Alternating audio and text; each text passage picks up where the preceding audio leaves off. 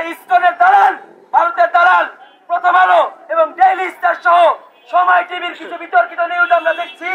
সেই নিউজগুলো বাংলার মানুষের জন্মনে ইলুশন তৈরি করে বাংলার মানুষের এই আন্দোলনকে প্রশ্নবিদ্ধ করার চেষ্টা করছে।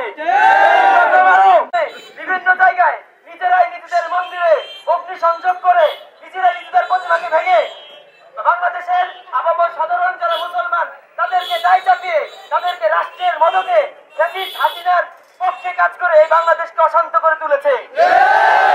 আর চিটাগংয়ে যে ঘটনা ঘটেছে, বিজ্ঞ আইনজীবী সাইফুল ইসলামকে প্রকাশ্যে হত্যা করা হয়েছে।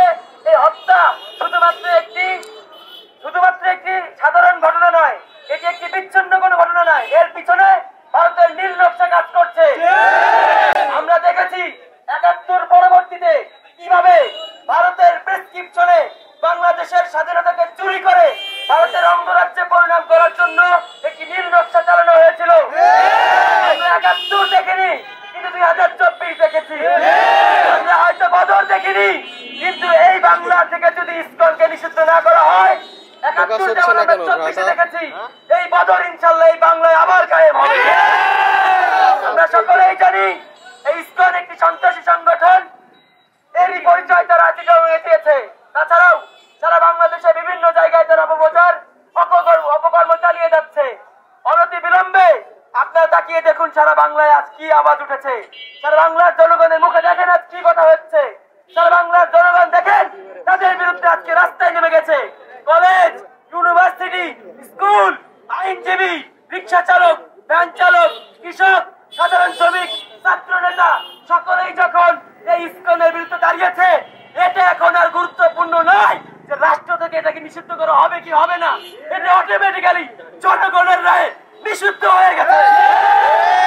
এবং এর পাশাপাশি আমরা রাজবাড়ী থেকে বলে দিতে চাই, এই সন্ত্রাসী জঙ্গি সংগঠনের পক্ষে যদি কেউ রাজবাড়ীতে কোন রকম সহিংসতা করার চেষ্টা করা হয়, জনগণ তাদেরকে কিন্তু ছেড়ে দিবে না।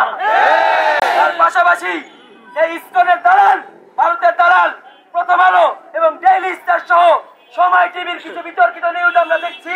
সেই নিউজগুলো বাংলার মানুষের জন্মনে ইলুশন তৈরি করে বাংলার মানুষের এই আন্দোলনকে প্রশ্নবিদ্ধ করার চেষ্টা করছে। এবং ডেইলি স্টারকে এই বাংলা থেকে নিষিদ্ধ করতে হবে। আমরা যেমন সাধারণ জনগণের দাবি নিয়ে রাস্তায় নেমে ২৪-এর বিপ্লব যদি ঘটাতে পারি, তাহলে ওই বদলের হাতিয়ার যদি আবার গর্জে ওঠে, এই গর্জন ইনশাল্লাহ দিল্লির মস্তদে গিয়ে থামবে। কোন সাংবাদিক যদি শুধুমাত্র ভিউজ পাওয়ার আশায় বিতর্কিত কোন হেডলাইন বা টাইটেল ইউজ করে, আমরা তার বিরুদ্ধে ডাইরেক্ট অ্যাকশনে যাব। আইনি সহায়তা আমরা নিব না ইনশাআল্লাহ। এই কথা আমি আমার বক্তব্য শেষ করছি। দেখা হবে আগামী শুক্রবার ইনশাআল্লাহ। আসসালামু আলাইকুম।